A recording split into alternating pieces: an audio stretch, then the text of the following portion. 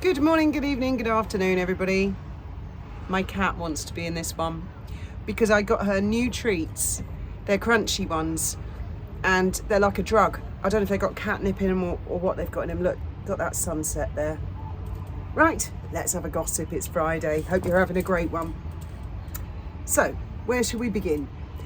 Well, the mission to make Harry acceptable again and return continues, doesn't it, without Charlotte Griffiths.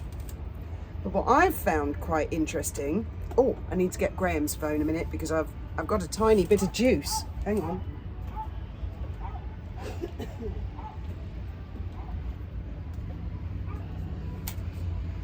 I have been charging this up specially, but we'll come to that in a minute. Yes, so they're still trying to make Harry acceptable. Like, he can come back. Don't worry, I mean, I don't know, but I would imagine certainly not as a working royal. But you never know. You never know. Brace yourselves. But that's why we're all watching, to see what happens. Well, now, what are the articles? Well, they're certainly lumping everything on Meghan at the moment, aren't they? And I've got a selection of articles that I've looked at, and we're going to look at a particular one. And I'll go through it with you, bit by bit, so we can sort of read between the lines, because I think that's often, the devil is in the detail, isn't it, in these articles? It's the way things are written. There are intricacies that we don't want to miss. So yes, they're trying to pave the way for old Windsor to return. If he does return, it will never, ever, ever be the way it was for him before. Ever. I don't believe he is ever going to be on the balcony again. I'd be very, very surprised. I see they're trying to throw a lot of shade. I hope you can hear me over the breeze, but the breeze is marvellous at the moment. Some of the puff pieces are trying to throw a lot of shade at the Prince of Wales and the Princess of Wales, I've noticed. They've apparently been on holiday in Greece, and there was just this unashamed article in the Daily Mail written by the person who was tracking them, like, I went here and I spoke to them and I looked there and I got wind of a witness, so I went to speak to her. And it was like, these people are on holiday. Could you not just fuck off and leave them alone? And they were going on about, here, Prince William's on a super yacht. Well, that won't be a good look with his Earthshot prize. Firstly, so fucking what if he was? Now, I know quite a lot about boats, as you know. Ta-da! Your average super yacht isn't going to burn anywhere near as much as your EasyJet. But I mean, as it turned out, apparently, they reckon William was on some sort of boat, first of a kind in the world, that's environmentally friendly. But the fact that he and his family have to live like that with these critics, I mean, who are these critics? Are they his fucking boss? I don't think so. Why do they feel they've got the right to say where he can go on holiday, where Catherine can go on holiday, what they can do? It's typical trolls, isn't it? That is something I've noticed that all trolls have in common. They're proper little Hitlers, aren't they? And as a friend of mine said recently, we all pay for our internet connection. You do, and I do. We all pay for our own devices, and we all have a right to be on the internet and to have free speech. So don't ever let any trolls tell you what you can or cannot do. Now, I have heard, I haven't read it, but I've heard, an article has come out relatively recently in the Daily Mail saying that Ted Sarandos is going to help Meghan have a third series. Well, firstly, in my opinion, no. I don't think that's ever going to happen. But let's say it does. Well, he's going to go the same way, and so is Netflix, as Harry has, as anyone else who touches her. She is the kiss of death. She destroys businesses just by being there because she is so disliked. So let's say Netflix are foolish enough. I mean, they're running a business, but let's say this Ted Sarandos and his wife, they name the wife, I'll forget her name now, they cave in and they manage to get Meghan some sort of a series. Nobody's going to watch it. If people didn't watch the first one, there even less people will watch the second one, and even less would watch a third. So I mean, I wouldn't even worry about that one, guys. That will come to just form a natural death all by itself. And then, interestingly enough, I see this Charlotte Griffiths, who's sort of Harry's mouthpiece, teaming up with Jack Royston. Anyone remember Jack Royston from Newsweek, who was always a Sussex fan? And there's old Jack saying, basically, Harry and Meghan destroyed themselves by doing the Oprah interview, by accusing the royal family of racism. Well, you think? I mean, this is what normally happens with anybody, right? Anybody in life. You're right there, dog. You having a good time? My cat like that. Oh, good. He's finished walking past another dog. If anybody out there thinks that it is a good ploy to outright go ahead and attack someone, I think what they will find is it is they themselves, the attacker, the one saying all this bad shit. They themselves are the ones that ultimately end up paying the price and getting hurt. I've said it before, I don't know how many times I have to say it. Some people don't get the message. Meghan clearly does not have the message. Now, shall we come to this article that I found, which came out quite recently? Let me get an ashtray, get a fag, because there's quite a bit to go through on this. And talking of people not getting the message, Meghan cannot get the message, and you guys are probably going to die laughing at this one. Hang on, just watch the sunset. I'll be back in a minute.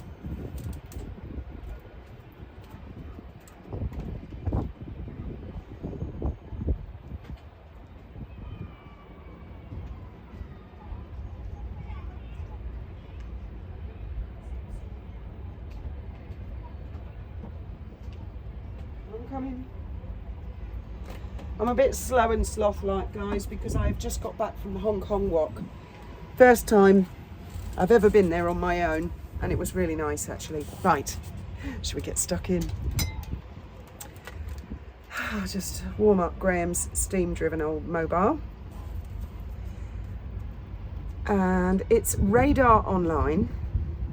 Now, I know a lot of you might think, oh, Radar Online, but honestly, I mean, these days, I think it's possible to hear stuff in any of these. Right, yeah, reject or dismiss.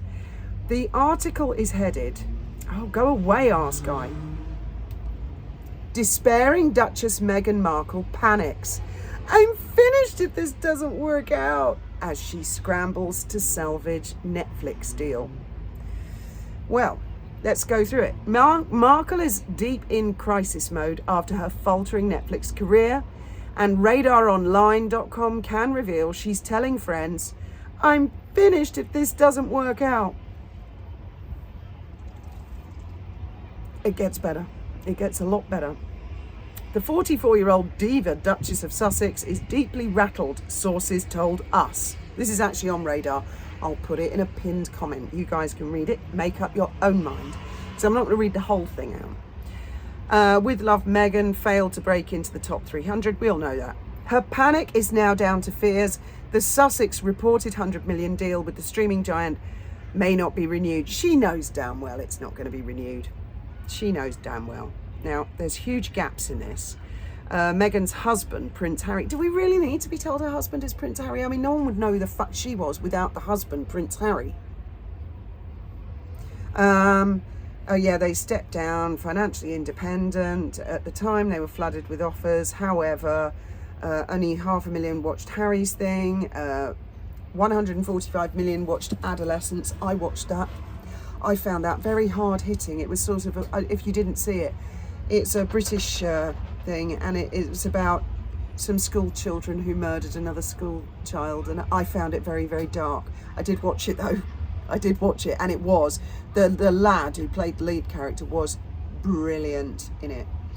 A source close to the Duchess said she was now blindsided by the poor performance of her show. Well, this I can believe. I really can. Can't you? Meghan is shocked. She's one of these people, I'm sorry, she won't be told.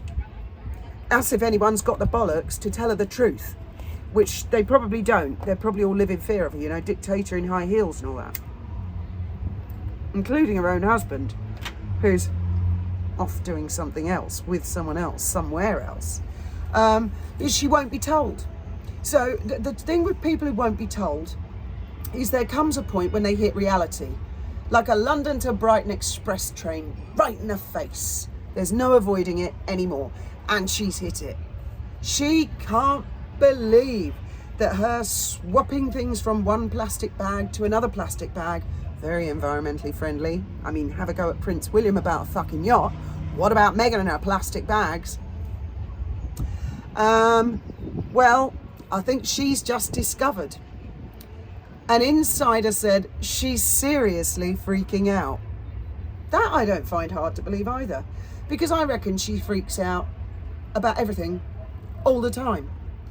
She believed she'd nailed it, brought in the top talent, invested a huge amount into production, and was assured it would be a major success. Who assured her? So let's go through that again. She believed she'd nailed it.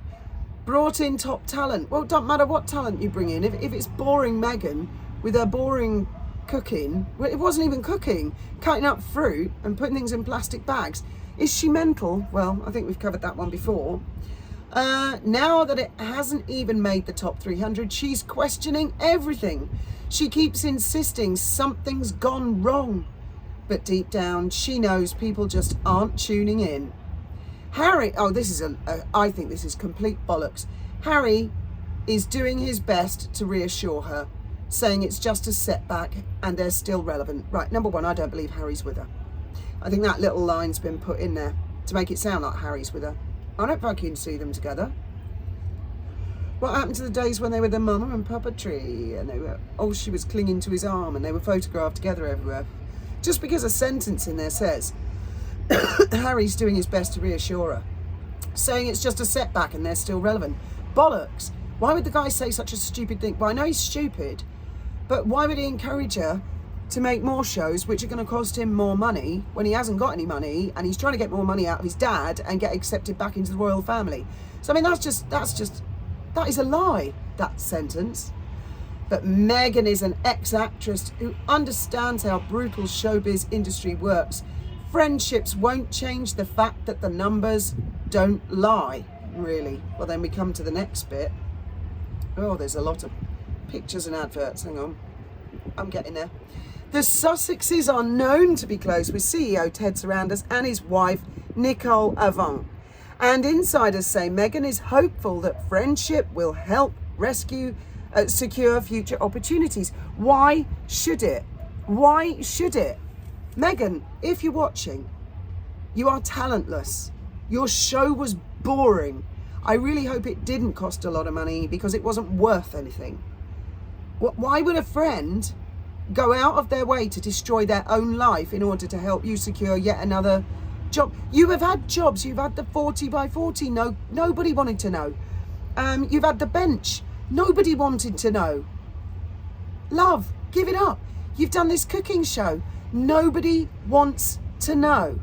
Stop breaking into your neighbour's house, creeping through the bushes, begging his missus. I bet she sees you coming and thinks, oh God, here we go again.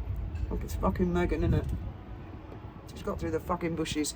She's going to put electric wiring through those bushes.